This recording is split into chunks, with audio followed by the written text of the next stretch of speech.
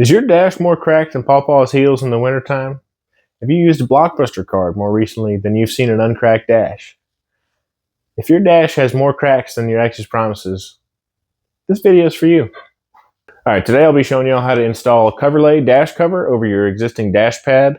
It's a nice, affordable alternative to having to buy a whole new dash pad. It's about 25% of the cost.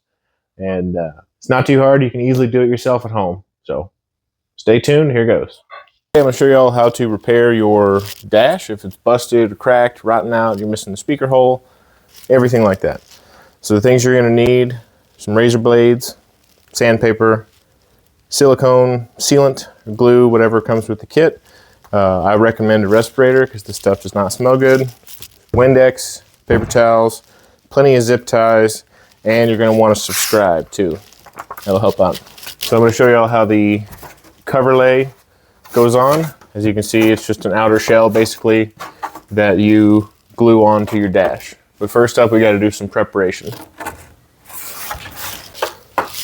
So first thing you'll want to do, take your razor blade, cut off all your high spots where you have places that stick up like this.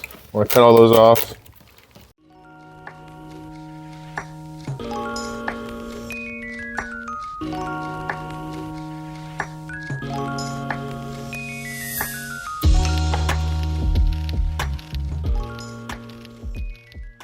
Once you get all your high spots cut off, you're going to want to go ahead and clean it with Windex or some other kind of ammonia-based glass cleaner.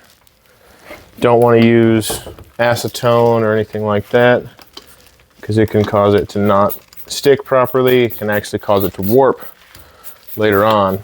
We definitely don't want that. So we're just going to clean all this junk and oil and residue and everything off of here.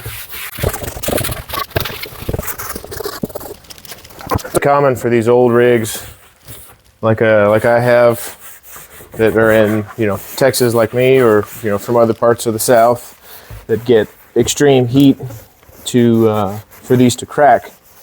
And same with second gen Dodge.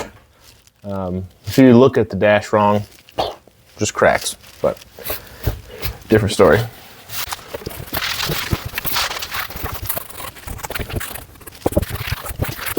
After you give it a good clean, you're going to want to let it thoroughly dry to make sure you have the best possible chance for adhesion between the cover and the actual dash pad itself. So I'm going to go put this out in the sun for a little bit, let it dry, and blow it off with the air compressor. All right, so you want to take your Coverlay, lay it over your dash pad, and just do a test fit. Make sure it fits tight on the post, on the outside, on the inside, all along the contours. It's the correct length on the end. And there's going to have to be some smoothing and pushing it down, holding it down with some weights and zip ties and things like that. But you just want to make sure that you have the good general shape. So I've done the Coverlay for my 86 F150. Worked great. Still in there. Very nice. Takes a little bit of work, but it's worth it. This can be done in the truck, but for my purposes, it's easier to do it here and then throw it in there. Do it in a well-ventilated area because the adhesive can be kind of strong smelling. But it can be done in the truck. I just find it difficult to be able to press against this here, and this here to get it to hold on there. They recommend just using weights and things like that, but either way. All right, this is all clean and dry now, and I've had the silicone soaking in some hot water to get more pliable, ready to go.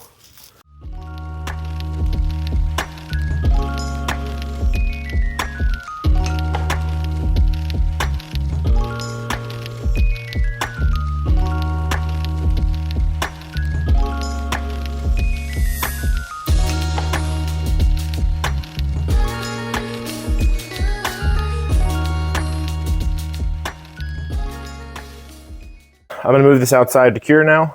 The smell is really strong. It's also another reason I don't recommend doing it in your car. But I'm going to set it out there to cure, and then we're good to go. All right, finished product, ready to go. The only thing left to do is to paint this with SEM color coat to match the rest of the interior trim.